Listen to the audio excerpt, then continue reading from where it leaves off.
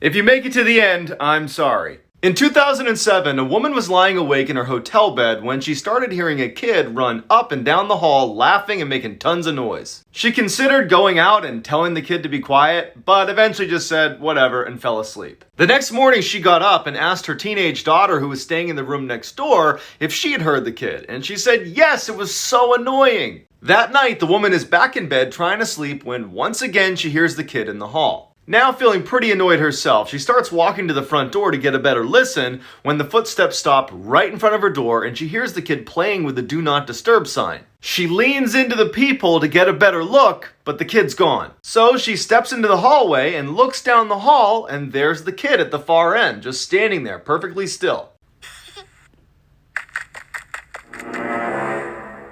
If someone offers you this, walk away. In 2016, a man was staying at his friend's cabin in the woods when he decided to go for an evening stroll. A little ways down the trail, he hears someone call out from behind his neighbor's house. He looks up and he sees this skinny guy pop out from behind the building who starts waving frantically at him to come over. Worried this guy could be in trouble, the man takes off running to assist, but when he gets close enough, the neighbor just offers him a fistful of Slim Jims and starts talking about how much he hates his wife. Sensing there was something wrong with this guy, he says no thank you to the Slim Jims and walks away. The next day, the man calls his friend who owned the cabin to ask him what the deal was with his weirdo neighbor. There was silence on the phone, and then his friend just says, "I don't have any neighbors." The police are called, and it turns out his neighbor was really some lunatic who had recently killed his wife and had been hiding out in the abandoned cabin next door.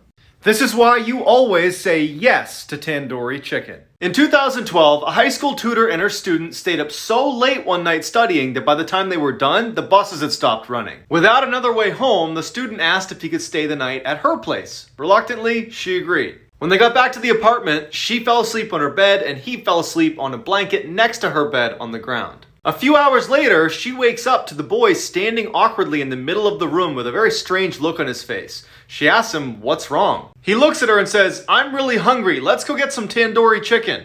Confused, she says, "It's 2 a.m. Just get a snack in the cupboard." And he grabs her by the arm and he says, "No, we are getting tandoori chicken right now." And he yanks her from the bed. Feeling totally caught off guard by this whole situation, she goes into the hall with the boy, and as soon as the door shuts behind them, she can tell that he is terrified. He looks at her and just says, "I'm not actually hungry. When I woke up, there was someone under your bed." This is why you might not want to eat deer meat. In late 2019, a man and his grandfather were out hunting when they spotted something way off in the distance that just didn't seem right. A deer was howling and then lowering its antlers and charging forward like a battering ram as if it was fighting with another animal. But when they crept closer, they could tell that the deer was all alone and something was definitely wrong with it. The deer was repeatedly ramming its head into a tree, and then finally one of its antlers breaks off and it kneels down and starts chewing on the antler. As they're watching in horror, the deer in a sudden lurching movement gets up on its hind legs and then walks like a human into the nearby lake, goes under, and does not resurface. Turns out the deer had chronic wasting disease, which is a new, highly contagious neurological disorder that drills holes in the brains of those affected and leads to a distinct lack of fear and awareness and is always fatal. And now, scientists are concerned it might spread to humans in 2020. No one would believe this story if there wasn't a video. In 2013, a rogue wave capsized a tugboat, killing 11 of 12 men on board. The 12th man was flung into the hallway, which was already filled with water. Panicked, he starts swimming towards the exit, but accidentally goes into the engine room where he finds an air pocket. And there this poor man sat, listening to the sounds of these huge sharks fighting over the bodies of his friends just on the other side of the wall.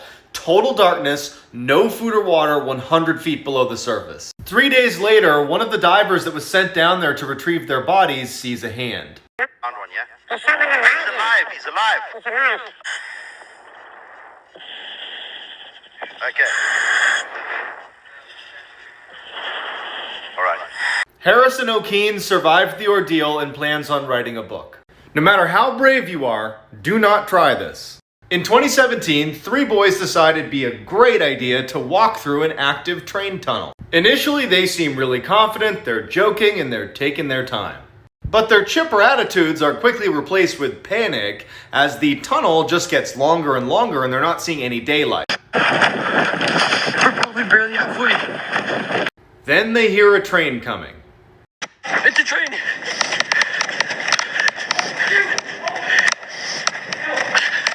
I'm gonna get on the side.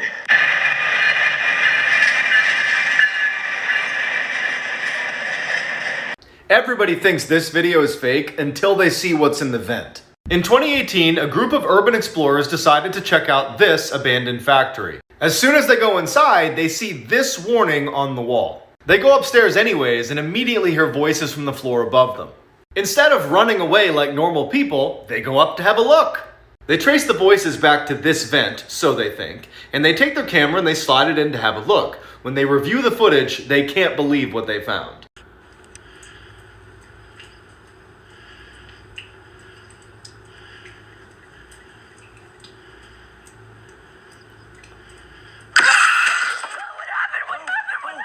This is why you should always lock your doors. In 2015, an Australian guy took 3 Snapchat videos of his exotic birds and put them on his story. 15 minutes later, his buddy texts him asking, "What was in the window behind you on that last one?" He pulls up the videos and sure enough, in the last one you can clearly see someone is pressed against the glass. Nothing comes of the Snapchat videos, but a week later, he hears banging coming from that same door in his house, and he gets his phone out and he walks over to film it in case there's someone there. There isn't, but he uploads the video to YouTube anyways. The next day, someone sends him an enhanced version of that video where as he's walking to investigate the noises, someone with a mask on is standing in the corner of his house. He goes to the police, who look at the video and they're like, "Sorry, that is a masked intruder in your home."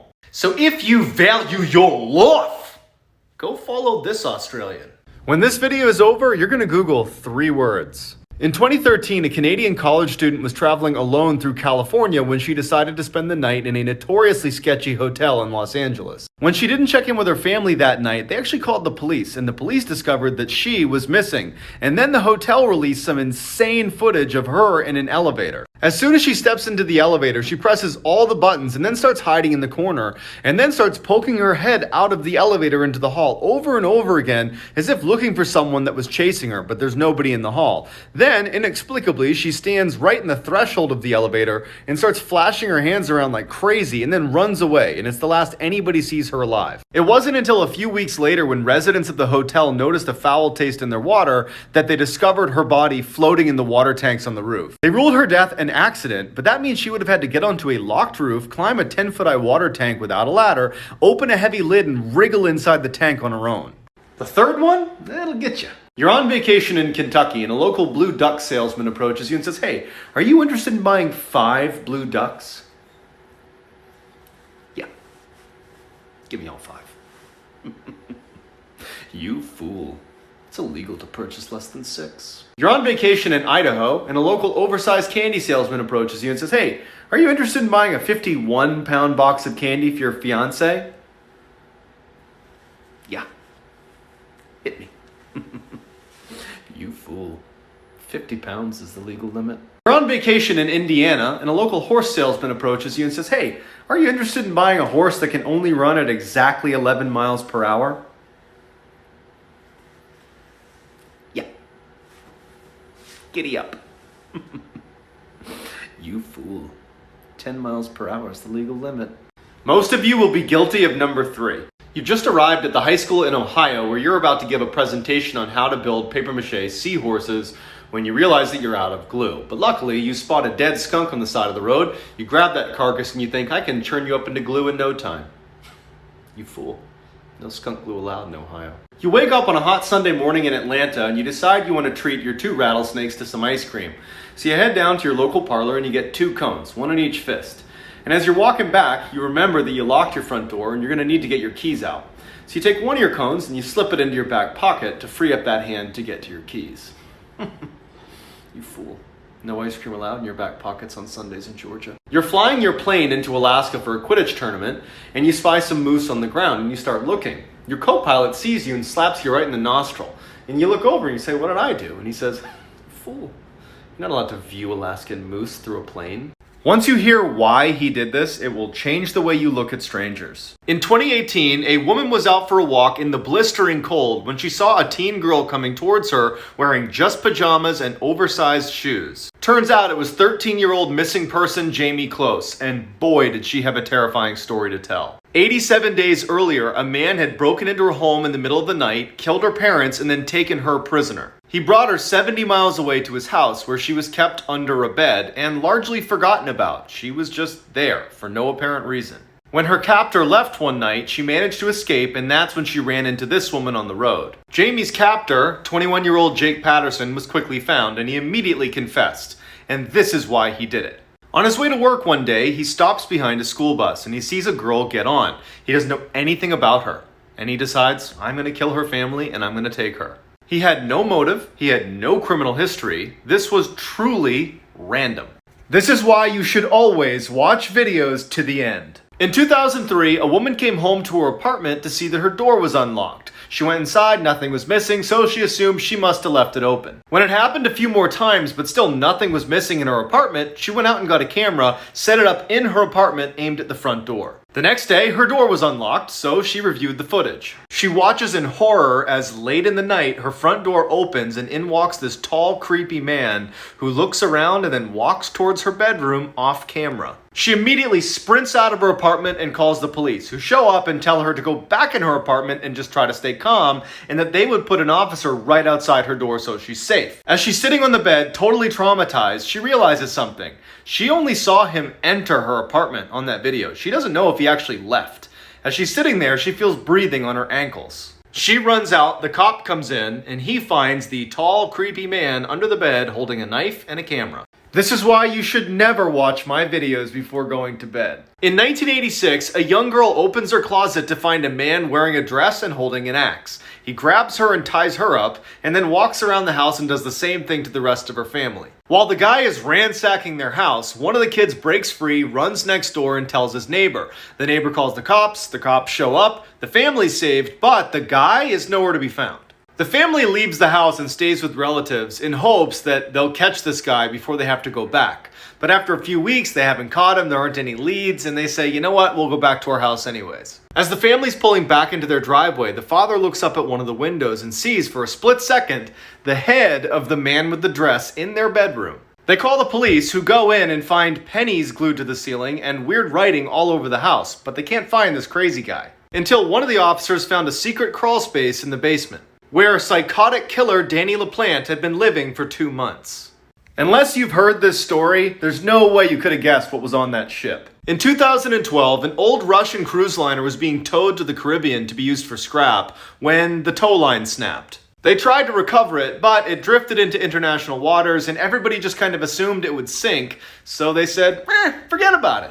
It didn't sink, because a year later they got a GPS signal from the unmanned ship showing that it had drifted nearly 2/3 of the way across the Atlantic and was now poised to strike the British coastline. At first, British authorities were not concerned with the damage this ship might cause to their coastline until scientists revealed what was on the ship. It was being towed to the Caribbean last year when it came loose during a storm. It's now feared to be infested with cannibal rats on board, who, lacking a food source, have turned on each other. Cannibal rats? That's pretty shocking. But not nearly as shocking as it was for me to see 4 million on my page. Thank you.